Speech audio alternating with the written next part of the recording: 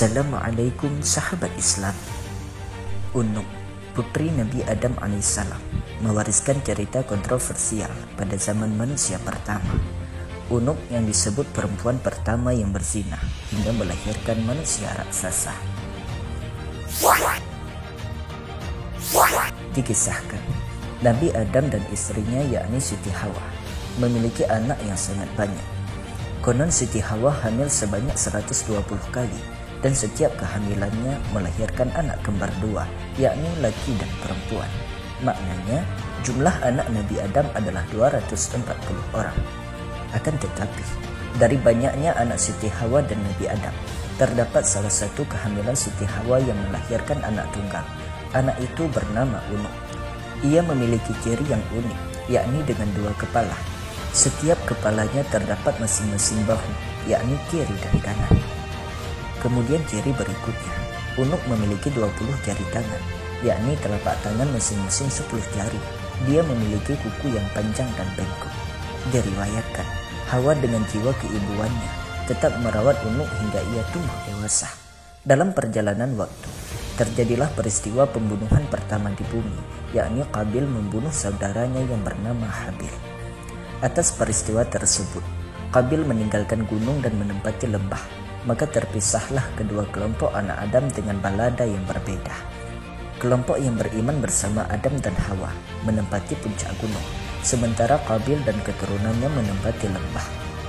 Hawa memperlakukan anaknya sama, termasuk Unuk. Ia merawatnya agar menjadi manusia beriman dan bertakwa kepada Allah Subhanahu wa Ta'ala. Itu menjadi ciri keturunan Adam yang mendiami puncak, sementara yang senang melanggar perintah Allah menempati lembah. Saat beranjak dewasa, Unuk bergabung dengan Qabil di lembah. Hal ini terjadi setelah Nabi Adam alaihissalam wafat. Di lembah itulah Unuk bertemu dengan banyak laki-laki, dan disitulah Unuk mulai kecanduan seks bebas. Ia banyak menggauli laki-laki, dan setiap berjumpa dengan lawan jenisnya, ia melakukan hubungan intim. Sehingga tanpa disadarinya, ia mengandung tanpa tahu siapa ayah dari anak yang ia kandung. Diceritakan, Unuk bukanlah wanita yang memiliki paras cantik, bahkan ia bisa disebut buruk rupa. Namun, Unuk mempunyai ilmu sihir yang membuat lelaki terpedaya. Ia bisa menaklukkan tiap lelaki yang dikehendakinya. Unuk akhirnya melahirkan anak lelaki bernama Waji, alias Auj, alias Uwaj, atau sebut saja Auj binti Unuk. Nasabnya disebutkan ibu, karena mereka tidak mengetahui siapa nama ayahnya. Siti Hawa sedih atas kelakuan putrinya itu. Maka beliau pun berdoa kepada Allah Subhanahu wa Ta'ala agar anaknya tersebut segera lenyap dari muka bumi. Allah pun mengutus singa sangat besar yang melebihi ukuran gajah. Singa menyerang Unuk, merusak seluruh badannya. Itulah kematian pertama manusia oleh serangan binatang. Unuk mati setelah setahun melahirkan Auj.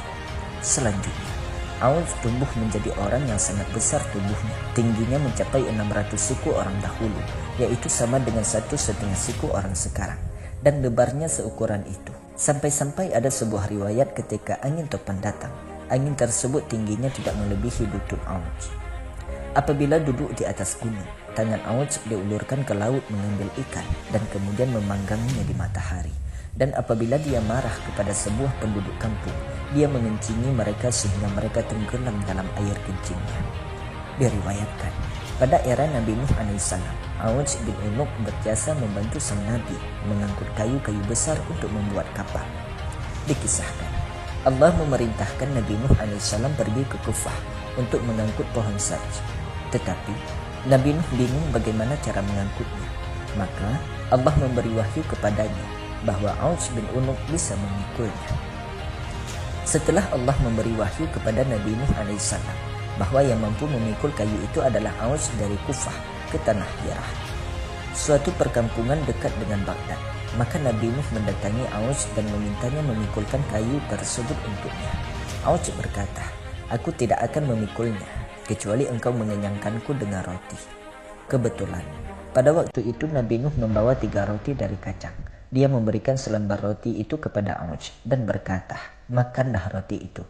Melihat itu, Auj pun tertawa dan berkata, "Seandainya roti ini sebesar gunung itu, ia tidak akan membuatku kenyang, apalagi roti ini hanya selembar."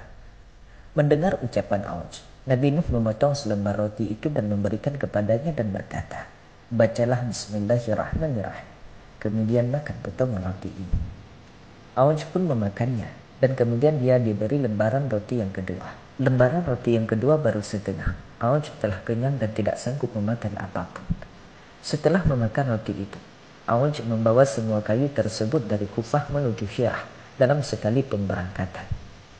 Tatkala Nabi Nuh AS merampungkan bahtera dan banjir mulai datang, Auj memohon kepada Nabi Nuh agar ia diberi tempat dalam bahtera tersebut. Tetapi Nabi Nuh menolak keinginannya itu.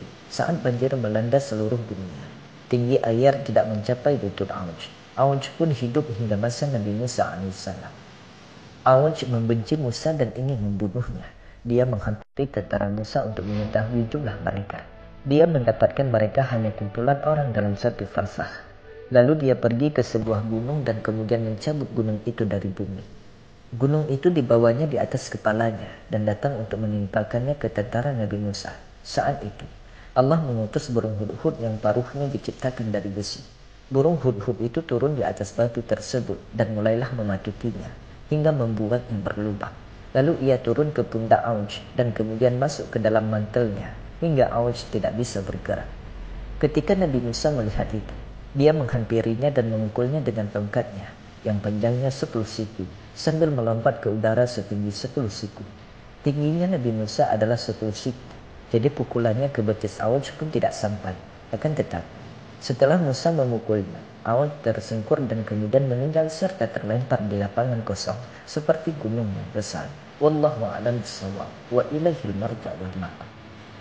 Sahabat Islami rahimakumullah.